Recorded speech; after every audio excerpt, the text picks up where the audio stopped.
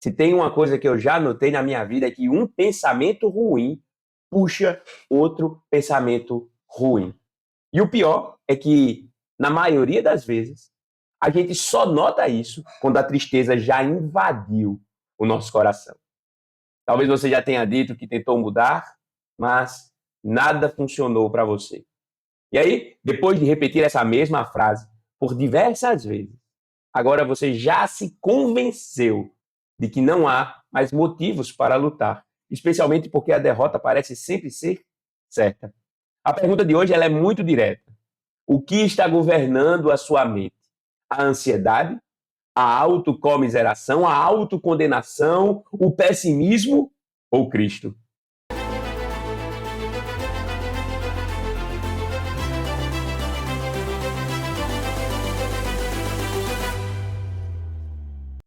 Eu sou Olavo Cortez, marido de Luana, pai de Pedro, de Oliva e de Lissa. Eu sou um cristão comum, transformado pela graça de Deus, convicto de que a Bíblia é suficiente para nos guiar em tudo o que realmente importa. Eu ainda não venci todas as minhas batalhas, mas já venci batalhas suficientes para crer que é possível vencer o pecado, crescer em santidade e viver para a glória de Deus, pela palavra e pelo poder do Espírito Santo. O Cansados e Sobrecarregados vai ao ar de segunda a sexta-feira, às 23 horas, com um propósito muito simples: ajudar você a enfrentar os dilemas da vida, mas não de qualquer forma. Enfrentar os dilemas da vida com sabedoria bíblica e esperança verdadeira. Eu convido você agora a abrir a sua Bíblia. Nós vamos ler o texto de Filipenses, capítulo 4, verso 8. O texto nos diz: Finalmente, irmãos, tudo que é verdadeiro, tudo que é respeitável, tudo que é justo, tudo que é puro, tudo que é amável, tudo que é de boa fama. Se alguma virtude há e se algum louvor existe, seja isso o que ocupe o pensamento de vocês. Amém? Vamos orar. Senhor Deus, grandioso Pai, obrigado por mais um momento de reflexão, de meditação na tua palavra. Nós sabemos que não há atalhos nesse caminho. Não podemos nos desviar do alvo que é Cristo, e é por isso que hoje nós clamamos pelo teu Espírito para que ilumine as nossas mentes, a fim de que sejamos capacitados a entender os teus propósitos a partir daquilo que o Senhor revelou nas Escrituras. Nós fazemos esse pedido no nome de Jesus. Amém. A vida cristã é travada em um campo de batalha muito silencioso e, na maioria das vezes, invisível. É o campo dos pensamentos. O que pensamos molda o que sentimos, e o que sentimos determina como nós agimos. O reverendo Hernandes Dias Lopes, ele resume essa dinâmica de forma muito clara quando nos ensina que pensamentos errados levam a comportamentos errados, e comportamentos errados levam a sentimentos errados. Por isso que a mente é uma área tão estratégica na vida cristã. Por isso que a mente precisa ser cuidadosamente guardada, porque é nela onde você vai ganhar ou perder a guerra. Paulo, ao escrever aos Filipenses, ele conhecia muito bem esse campo de guerra. Perceba que depois de falar sobre a ansiedade e de apontar para a paz que guarda os corações em Cristo, como nós vemos em Filipenses capítulo 4, versos 6 e 7, os versos imediatamente anteriores ao que nós acabamos de ler, ele convoca os seus leitores a uma disciplina espiritual que não é apenas importante, é essencial à vida cristã. Ele nos chama a ocupar nossas mentes com estas coisas. E aí nos entrega uma lista de virtudes que precisam ocupar a mente, ocupar o coração daqueles que confessam a Cristo como Senhor e Salvador. O verbo utilizado por Paulo é logizeste e vai muito além de uma simples lembrança superficial. Esse verbo ele traduz a ideia de meditar, ponderar, avaliar. Nesse sentido, inclusive, Calvino observa que a meditação ela vem antes e somente depois é que nós temos a ação. O que isso significa? Isso significa que antes que a mudança seja visível no campo comportamental, ela precisa ser cultivada no terreno fértil do coração. E é por meio, portanto, de uma reflexão séria, de uma reflexão profunda e consciente que nós cultivamos a mudança em nossas mentes, a mudança em nossos corações. Não adianta adotar uma atitude derrotista como se não tivesse controle sobre os pensamentos e acreditar que é possível alcançar alguma mudança com esse modo de pensar. Como já foi dito, inclusive, toda a Bíblia ensina que podemos controlar nossa mente. Não adianta simplesmente alegar que a sua mente está repleta de pensamentos indesejáveis e que a culpa não é sua.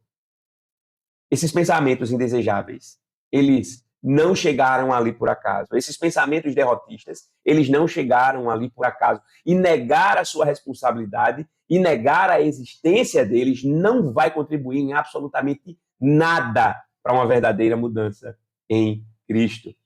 O segredo, na verdade, está em assumir uma forma positiva de pensar. Mas cuidado. Eu quero que você fique comigo até o final desse vídeo, porque você precisa entender que eu não estou tratando de confissão positiva. Eu não estou tratando desse tipo de positivismo barato que é ensinado por muitos pastores coaches. Não. Eu estou falando do poder explosivo que uma nova afeição pode causar em nossas mentes. E qual seria essa nova afeição, senão contemplar o Cristo? Jesus é o centro de tudo o que é verdadeiro. Jesus é o centro de tudo que é honroso. Jesus é o centro de tudo que é puro, de tudo que é amável, de tudo que é de boa fama, de tudo que é excelente, de tudo que é digno de louvor. Jesus é o centro. Então, perceba que ao contrário do que é proposto por muitas dessas filosofias baratas, aqui nós não estamos falando de pensar positivo, nós estamos falando de pensar em Cristo. Esse é o cerne do que significa pensar positivamente à luz das Escrituras. Ao mesmo tempo que Paulo não despreza a ética humana, ele nos leva além. Paulo nos ensina que é na santificação que cumprimos em Cristo aquilo que toda a moral genuína deseja. Paulo, portanto, nos convida a uma vida cristã prática, operacional. Paulo, portanto, convida os crentes a experimentarem um cristianismo real, um cristianismo que respira a humanidade, mas que é marcado por uma espiritualidade transformadora, uma espiritualidade que rearranja a relação do homem com Deus e do homem com o próximo. Essa lista de virtudes, portanto, é um chamado genuinamente cristão. E é por isso que nós precisamos entender que nada que seja contrário à natureza de Cristo pode ser um alimento genuíno para a alma. É por isso que, no sentido contrário, tudo que é virtuoso, tudo que é digno de louvor, é adequado para o crescimento cristão, simplesmente porque flui da pessoa de Cristo. É por isso que nós podemos dizer que não há espaço para uma mente cristã, uma mente que deseja estar cheia do Espírito, ser entretida com frivolidades, com sarcasmos, com mentiras, com fantasias pecaminosas. O homem que começa o dia repetindo para si mesmo que é um fracasso e que nada dá certo em sua vida, ele vai curvar seus ombros ao longo do dia. Ele vai fechar a sua postura para a vida. Ele não vai ter disposição para terminar a jornada, senão se convencendo de que realmente não tem saída. O que derrota esse homem não são apenas as circunstâncias. O que derrota esse homem é a própria narrativa que ele escolheu para alimentar o seu coração, para alimentar a sua mente. Imagine uma jovem que, antes de dormir, se perde em uma rolagem infinita nas redes sociais, absorvendo comparações, notícias de tragédia, padrões de beleza que são inalcançáveis. Quando essa jovem acordar, o coração dela já vai estar pesado, já estará exausto. Não porque algo de fato aconteceu durante a noite, mas porque a sua mente, o seu coração, foi preenchido por aquilo que não edifica, que não contribui para o seu crescimento em Cristo Jesus. Agora compare isso com a vida de alguém que escolhe deliberadamente encher o coração com o que é verdadeiro e puro. Ao invés de se alimentar de fofocas, essa pessoa se volta para as Escrituras. Ao invés de ruminar pensamentos de vingança, busca uma palavra de encorajamento para enviar a um amigo. Essa pessoa, aos poucos, vai tendo a sua mente moldada. O seu coração vai sendo conformado à imagem de Cristo e a vida começa a refletir aquilo que foi cultivado em seu interior. Cada uma das qualidades listadas por Paulo encontra sua expressão máxima em Jesus. Jesus é a verdade. É o que está escrito em João capítulo 14, 6. Jesus é digno de honra. João capítulo 5, verso 23. Jesus é o justo. Apocalipse 15, 3. Jesus é o puro. 1 João 3, 3. Jesus é o amável. Salmos 45, 2. Jesus é de boa fama. Apocalipse 5, 12. Jesus é o excelente. Hebreus 1, 4. Jesus é digno de louvor. É o que está escrito em Apocalipse capítulo 4, verso 11.